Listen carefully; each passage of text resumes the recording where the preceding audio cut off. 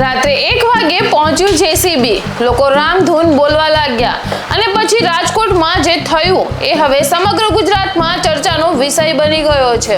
રાજકોટમાં ગઈકાલે મોડી રાત્રે થયેલું ડિમોલિશન ઓપરેશન હવે ભારે વિવાદમાં આવી ગયું છે.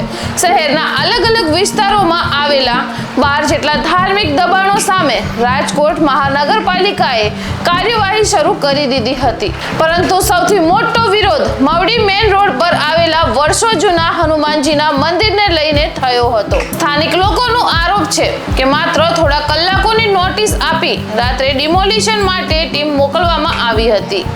જેમ જ જેસીબી મંદિર પાસે પહોંચી તેમજ મોટી સંખ્યામાં લોકો ભેગા થઈ ગયા હતા અને જય શ્રી રામના નારા સાથે રામધૂન શરૂ કરી દીધી હતી. અને આ પરિસ્થિતિ એટલી તંગ બની ગઈ હતી કે પોલીસનો મોટો બંદોબસ્ત ગોઠવવો પડ્યો હતો. અને વિરોધ દરમિયાન કેટલાક યુવકોએ એવો પણ સવાલ ઉઠાવ્યો છે કે જો ગેરકાયદેસર દબાણ દૂર કરવાનું હોય તો પછી દરેક ધાર્મિક સ્થળ સામે સમાન કાર્યવાહી કેમ નથી થતી. આ મુદ્દે લોકો ભારે રોષ જોવા મળ્યો છે.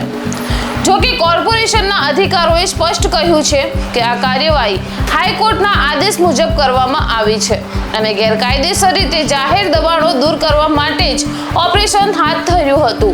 આખરે સ્થાનિક આગેવાનો અને તંત્ર વચ્ચે ચર્ચા બાદ નિર્ણય લેવાયો કે હનુમાનજીની જે મૂર્તિ છે તે જ જગ્યાએ રહેશે અને મંદિરનો માત્ર ઓટલો દૂર કરવામાં આવશે. હવે સમગ્ર મામલો સોશિયલ મીડિયા પર વાયરલ થઈ રહ્યો છે.